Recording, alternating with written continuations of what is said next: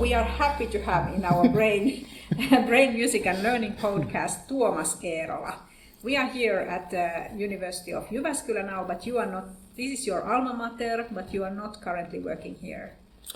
That's right. This is my lovely intellectual home. I love coming back here. Now, currently, for the last 11 years, I've been working at Durham University in the UK, and I'm pretty happy there. It's a different kind of environment.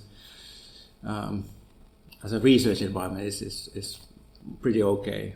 As a country and as a landscape and nature, I mean, it's not as good as Finland. Happy to hear that in a way. So we are talking about your recent paper, which is actually a theoretical paper about music and emotions. And you are not the only author, but you are the first author of this paper. Yes. So me, Suvi Saarikallio and Kirts. Suvi and I, originally we had maybe 4 years ago already, maybe 4 or 5 years ago, we've had this idea that we need to radicalize and change and revolutionize the music and emotional studies. And it's been like a bit of a joke. Like we have some bold ideas to sort of combine mood regulation, emotion regulation, music and emotion. And we kind of drafted some ideas, but they were so difficult to.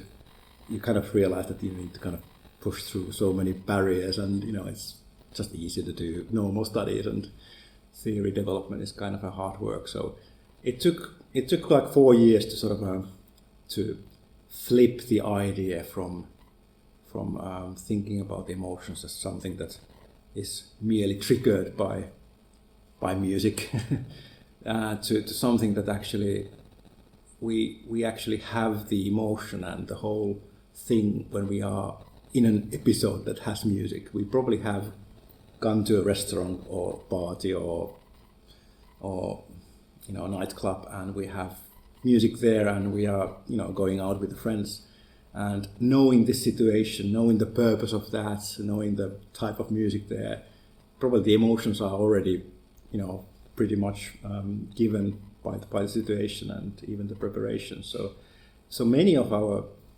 emotions associated with music seem to be like that. They are linked to the functional uses. They are singing certain songs in certain types of year, or putting that particular CD on in a car, or getting some calming music when you're trying to sleep, or whatever. They are very functional and situated and contextual.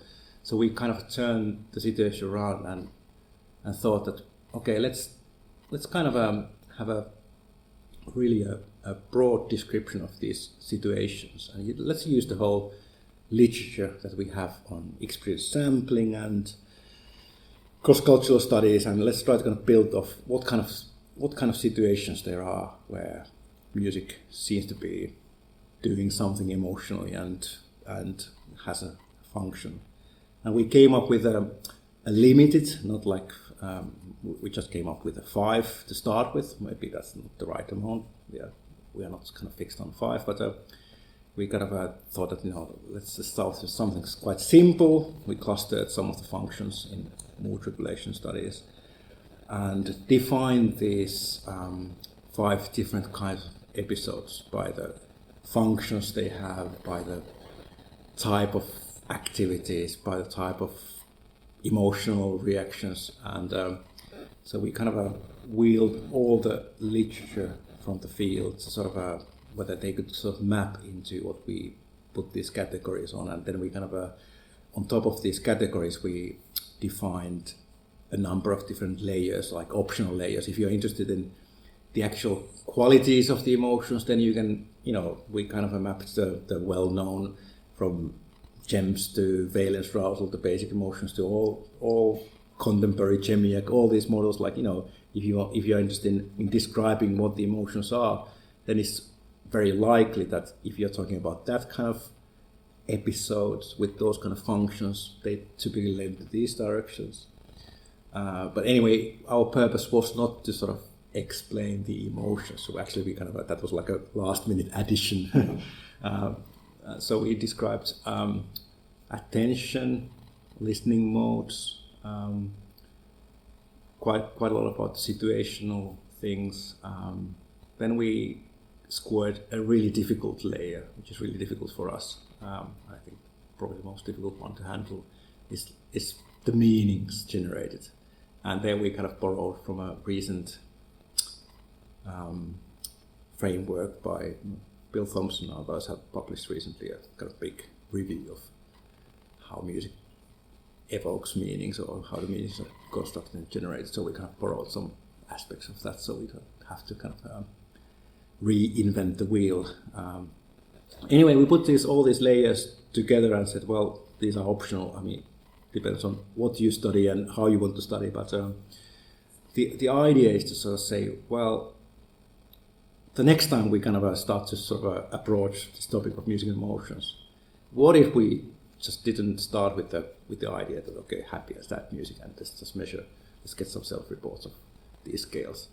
What if we said, well, okay, those studies which are interested in I don't know, relaxation, I mean, you're already choosing certain type of episodes that's very functional, certain type of emotional. You don't have to study all the emotions, you don't have to study all the contextual variables. You are already kind of playing a much smaller game within the field. So you can kind of use the framework to kind of focus on certain type of things, or you can kind of, if you have a rich palette of emotional episodes in mind that you want to study, then you can kind of you have a bit more tools. So you have tools to sort of describe, and we make sure that these are not just kind of empty tools, that we took a position, so we have like a framework we have filled in that, you know, if this is the episode that you're looking for,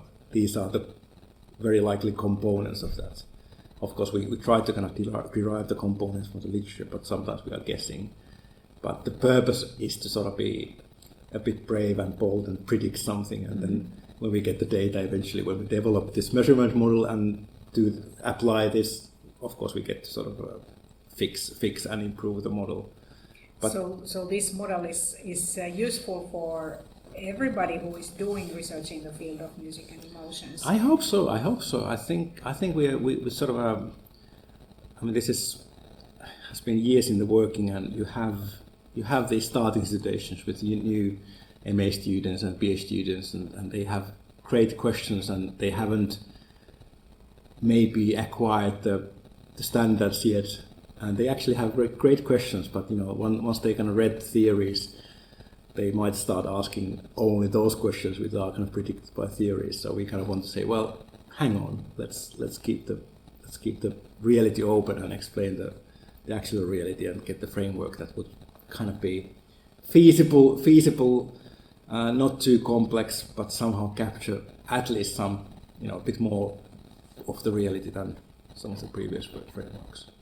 I can see your work also reflecting the change that is going on in research in more general. So it has been very typical for researchers to try to kind of make a very unified situation for everybody. For example, let's take the people to the lab. And then when they are sitting in the lab, we will have the same chair and the same loudspeakers for everybody and so on. And then we will play them music. And then let's see if some emotions are rising or not. So this is very different from that. Yeah. So this is actually going to those situations where people are using music and where they are themselves choosing the music, or maybe they hear the music just while they are walking on the street or whatever. Yeah. So this is really close to the real life experiences of people. Exactly. You nailed it there. I think we all embraced. I've been guilty of that same. Let's do it in the lab in a control. Let's control everything, because then we get really crisp data, and then we have an answer, precise answer to that specific question. It's been great. We've learned that trait. But then we've sort of probably missed the whole topic. We have lost the baby with the bathwater sometimes. So it's going to be challenging when you kind of because the reality is messy, as we know. It's going to be more challenging. But I'm willing to kind of partially fail. So you know, some aspects will be quite difficult to capture, and you know, the reality might be more messy. And let's say we capture half of the reality. That would be like actually quite a success compared to the kind of reductionist mechanistic version that we have currently. So I'm kind of happy that okay, the reality is so complex and you can't really postulate theories that would have all the nuances possible. But if you increase the complexity a little bit, or like the moving, we have like 5 episodes times 5 different layers. That's not too many moving parts, and they are all. We haven't like invented any new concepts beyond this. We are using a lot of familiar terms for the researchers already. We just remap them and explain that these are connected, and we should pay attention to this. So it's not going to capture everything. It's not like, and it's going to be partially wrong because we kind of invent it. But I think that's the beauty, that you get something, you kind of boldly propose something, you test it, parts of it succeed, parts of it will fail, but then there will be a new iteration. Maybe somebody else will say, well, hang on, you got that wrong, here's a better version. And that's what we are aiming for, like, some kind of iteration. And I think that's what's been kind of missing in this field, especially. I think some other fields have been like improving the theories, but in music and motion there's been like traditional, like people say that here's a theory, and people are just quiet for the next 15 years, and immediately people know that I really don't understand some parts of that. Yeah. And this is not the way to sort of engage with it, because they are not being evaluated. Maybe the originator kind of shows evidence that supports the theory, but the rest of the field doesn't really follow.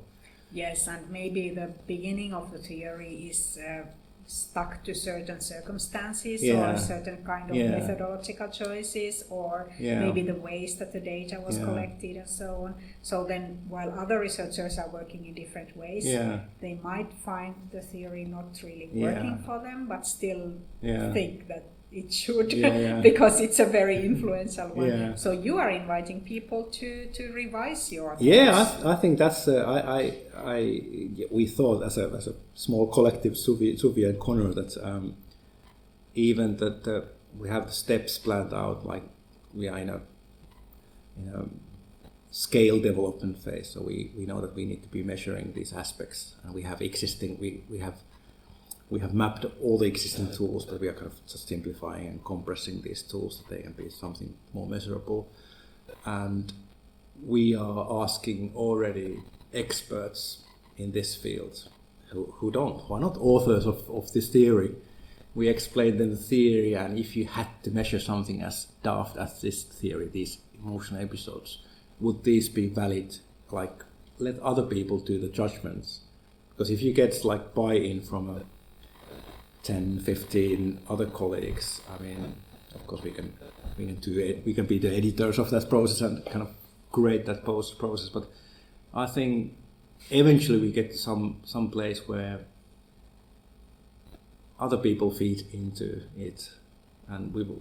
Even 3 authors, we sort of it's been a negotiation process. It's not what I originally had a vision, and everybody has already given some room for improvement. So you bring a bit more people, although it's sort of fixed. The main elements are fixed. I think kind of choosing what is really important is good to have the buy-in from the field, and the next, I think after the kind of when we have something to implement, I think we'll let the field to decide. So we have like this idea of creating really open. Okay, here's 3 data sets. Here's maybe a blind annotation scheme that's maybe 12 different labs or universities. Maybe your PhD students can you can use this annotation schemes. You can use that annotation schemes. You can do annotation schemes C. And we do all these data sets and cross-validate them and do it, annotate what kind of how these different emotional theories, what they would get out of these experiences, and then we can kind of assess how much they discriminate, how much they could sort of be able to.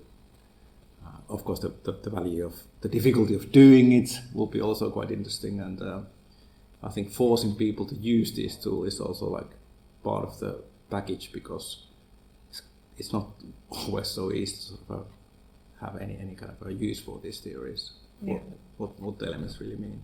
So a good theory in the sense would be that it's kind of composed partially of the previous existing theories, that is taking them forward, but in your case it's also utilizing data, so you have been going through a lot of episodes to come up with these 5 yes elements. it's we thought that we after some early ideas using just intuition and kind of a knowledge of the literature, we kind of decided that okay, we need to face other colleagues who will be asking that why that. So let's kind of pull together a big matrix of all the experience sampling studies, and at least, I mean, that's a kind of very Western picture of, you know, whatever 5-6 studies of what emotional engagement people have with music, but then, and they have already done like a classification of the functions in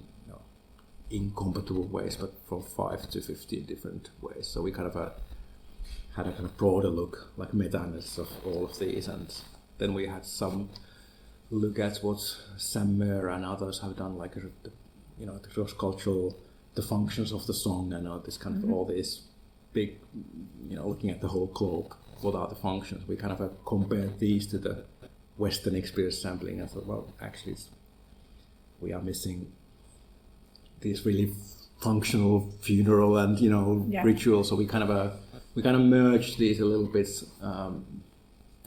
in an attempt to sort of to be not completely hijacked to the whatever this last 10 years of experience sampling studies and quite weird music consumption habits. But it's of course we are not guaranteed to get it right. But I think that was the idea of like. We have so many studies in the field, and still we don't have like it's almost like a personal embarrassment to me, like talk to someone and try to explain my field, and somebody like you will ask, well, so what theories do you use? Yeah. And then you kind of feel the cringe, you kind of feel that, yeah, well, there are famous theories, and then but they are not really kind of fitting. They are great in what they do, but don't ask me to explain what happens in a concert, or why people get such a pleasure out of singing while they're driving. And so you are not throwing out any of the older theories, and you are not kind of contrasting them completely, but you are still turning around this way which we are approaching the situations where people are using music or when they are exposed to music. Yeah. So we are situating and concentrating, and in a way I mean, some of the famous theories like Patrick Huslin's Breck-Weber theory is probably the most well known, and we kind of acknowledge it has its place when you kind of look at the cognitive mechanisms, the lower level. It has its place. We actually have placed stuff where the mechanisms are most relevant. So if you really want to sort of incorporate, there's some useful aspect that, and it has done a lot of good for the field, because it sort of made certain that people were paying attention to whether it's familiar and memories, and it made a lot of sense, but it has a limited value. It doesn't really allow appraisals or kind of functional use of music. So we kind of see the value of that from bottom up. It's part of the like stimulus processing if you want to go there. But we think that it's not the starting place. So you are known as a music emotion researcher. I have a difficult question for you. Okay. Does your model include any kind of use of music that doesn't have to do with emotions?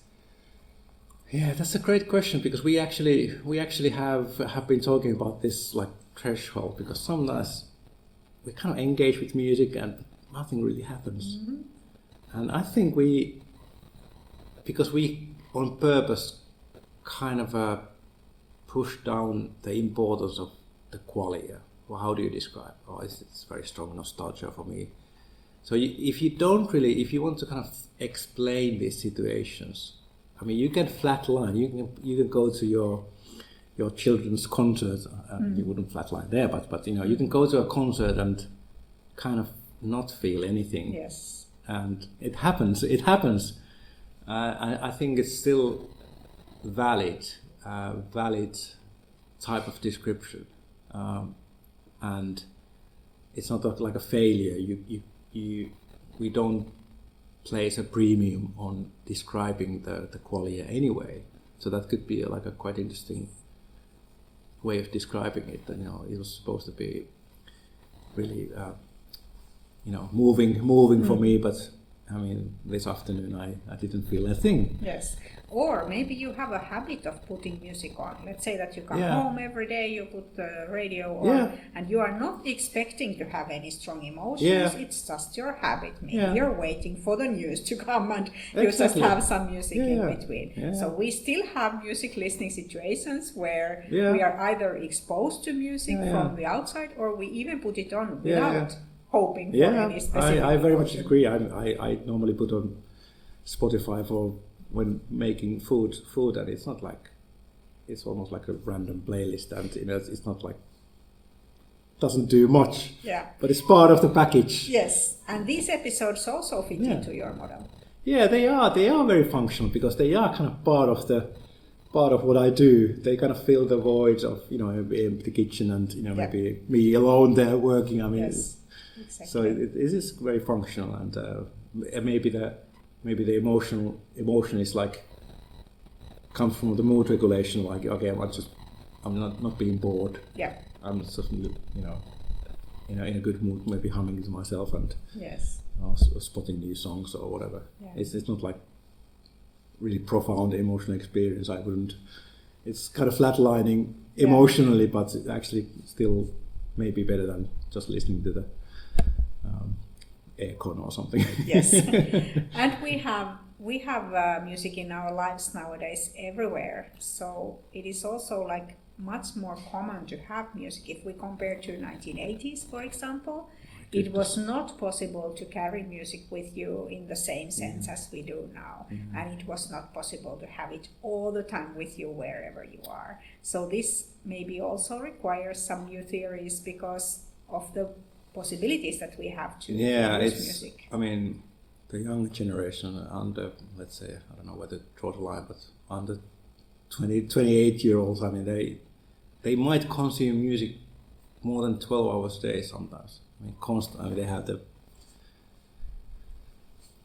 have the headphones on constantly. It's and I ask how many hours per day my students listen to music, and they complain that studying music or studying actually hampers there because they can't use it all the time. But, but they actually have music on most of the time. Yeah, they're awake, and they find the question like, what do you mean? So how many hours am I awake? Yeah. Okay, discounting lectures. Okay, 14 hours minus 2. Yeah. 12. Yeah, but even when they speak on the phone, they might still have music on. So that's very interesting. The laptop going on at home, like immediately when they come, they stream something and they're not focused on that. So it's a different world. Yeah. And quite often they want to have like a great numbers on the Spotify year review. Yes, of course. I mean, it's like a contest. Yeah, exactly. It's crazy, and I mean, how much if you then push people, like how much they change music based on the day, or how they feel, or active management. Yeah. They have some intuition about this, but they don't constantly. I find that they don't constantly kind of micromanage their maybe skip song, but it's not like a constant mood management. Yes. Yeah. It was very different for us in the days of the old LPs, when you only had like one side of the LP playing, and then if you wanted the other side, you had to step and change the side. So that was conscious choice of yeah, and you I mean, every track was quite precious. I mean, you heard it once, and it's kind of a Even nowadays, it's kind of quite interesting to give like a LP experience for the younger generations who haven't seen this. Yes. And the effort that you have to put in putting the right track on, and then maybe clean the LP first. Yeah. It's quite it makes like a I mean, maybe it's a gimmick. They like it for a while, but they'll go back to streaming. It's also fashionable a little bit. I can see. Oh people buying old LPs and so on. Yeah. So, what do you think is the benefit of this theory and your work in general for the understanding of music in the everyday life? Yeah, I'm hoping that we could sort of we could branch out. We could sort of bring bit of musicologists, like those who study the meanings of music. They have shied away from emotion because the psychology of emotions has been quite reductionist and not really compatible with what they see. Yeah. So the broader music research has not talked to music and emotion kind of psychology studies. So I think we kind of went for the meaning and this more contextualized, kind of hoping that there would be a bit of there's a lot of research which already done so much close reading and explains individual experiences and all of this and they can't really jump to the basic emotions, or they can't really do that. But if they had some tools, then you could sort of you could have some interesting links and discussions, and I think that's like one hope in the future, that there will be a bit of discussion between disciplines. If you reach out in this way, you make it compatible. You kind of value their input, and you make it like valuable part of that. And I think for the kind of more music psychology, more empirical studies, I think I'm really looking forward to sort of like a empirical phase of like empirical. Whatever happens, I think we need to see more rigorous assessments of these things. I think we shouldn't be like quoting theories unless they are being tested. And other people, not the lab that came up with the theory, but other people like find like, okay, a version of this is actually quite good. Then I would be like really happy if people go for the empirical verification and they dismantle some part of the model, and then some parts of the model will remain. I think we'll be in a much more kind of we'll be closer to explaining the emotions to a layperson, that yes, exactly these situations and this car listening and this clapping and washing dishes, and so I think it'll be really nice to sort of have a discussion where you have real research links. You don't have to improvise from your own intuition always. Yeah. So everybody who is doing empirical research and finds something missing from your theory, you are inviting them to contact you and maybe have their say on that. I think that's the only way to make it better. And I think we've taken quite bold, like theory driven, that we kind of prepare the theory to be only successful if it predicts something, and it can be used, so it's useful, and it measures it applies for the right type of ideas. So if some parts of the theory don't really survive these criteria, then I think some other theories will already be have some issues of surviving some of these steps.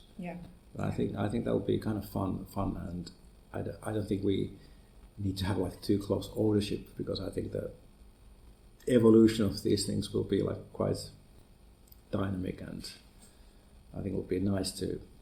I'm more focused now on like pre-registrations and open research, open science, and I think it would be nice to sort of propose ideas that are not completely crazy, but like open ideas to the field, and say, well, can we have like a network project on this, and we as a consensus we define what's the success measures.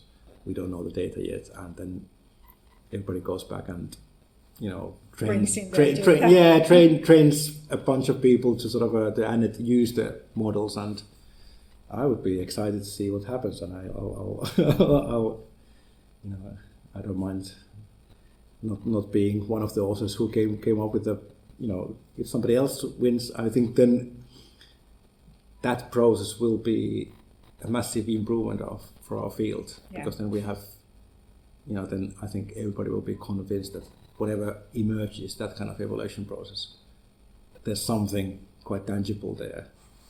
And I think people have already then been trained and know how to use these models. So I think that'll be like practical implications, no matter what the winner is. Yes. So yeah, I think that'll be like a dream to sort of see what emerges, and there'll be already appetite. People have experience of how to use these, and I think if we take theories as some kind of a shorthand for how to cope with the reality, then I think we have sort of grasped a little bit of the reality.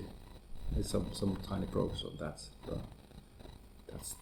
that's the hope. Yes. So really looking forward to this. Thank you, Tuomas, for coming to be a guest in our episode, and good luck with your work also in the Okay. Yeah, thanks. I think we need it.